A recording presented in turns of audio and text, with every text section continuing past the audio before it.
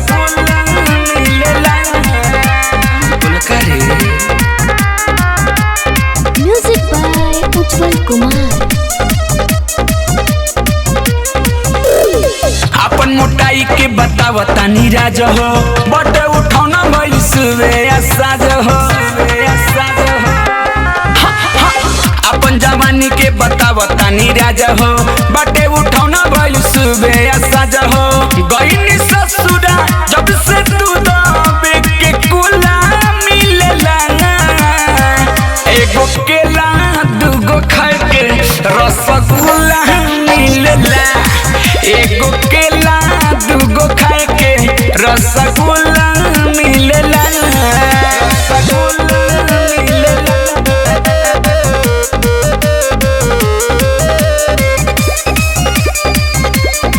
रसगुल्ला मिलेला। सब सुख बाटे सखी घरवे के भीतर। पहिले तो हम हो रानी छीतर सुनाना सब सुख बाटे सखी घरवे के भीतर। पहिले तो हम हो रहनी पातर छीतर। पहले खातिर नया नया रोज झूला मिलेला।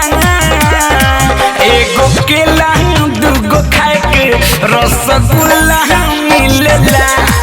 एगो केला दूगो खाए के रसगुल्ला मिलेला।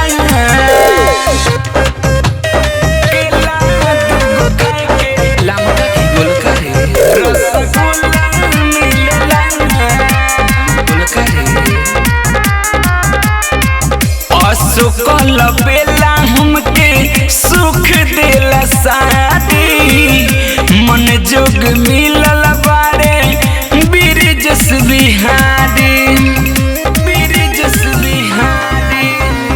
असुकल बेला हमके सुख देला सारी। मन जोग मिलल बारे बिरजस बिहारी। रोज गोदी या में झूले खातिर झूला मिलेला। एगो केला दूगो खाए के रसगुल्ला मिलेला। एगो केला दूगो खाए के रसगुल्ला मिलेला। अरे लमका की गुलकारी।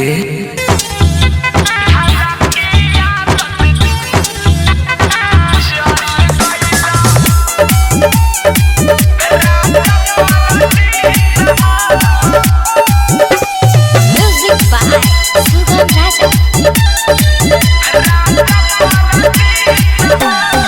हमर जवानी जियान होकता सजिया पर जगले बिहान होकता। राजा कहाँ जाई हो। हमर जवानी जियान होकता सजिया पर जगले बिहान होकता। रही रही दिलवा में होखता कलेश होखता कलेश हो। धारा के आदत चल गइल काहे परदेश हो।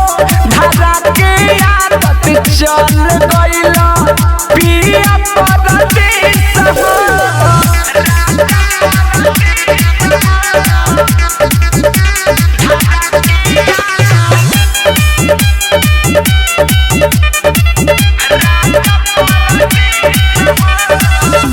जंघवा से तकिया लगा के हम घीसी।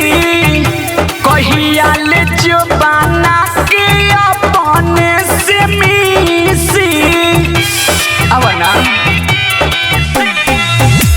जाए के रहे काहे आदत धराइला। हमारा के रात भरी से जे पाया लड़ाइला।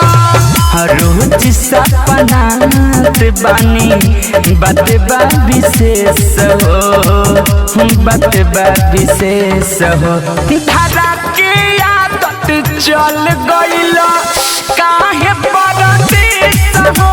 धारा के आदत चल गइल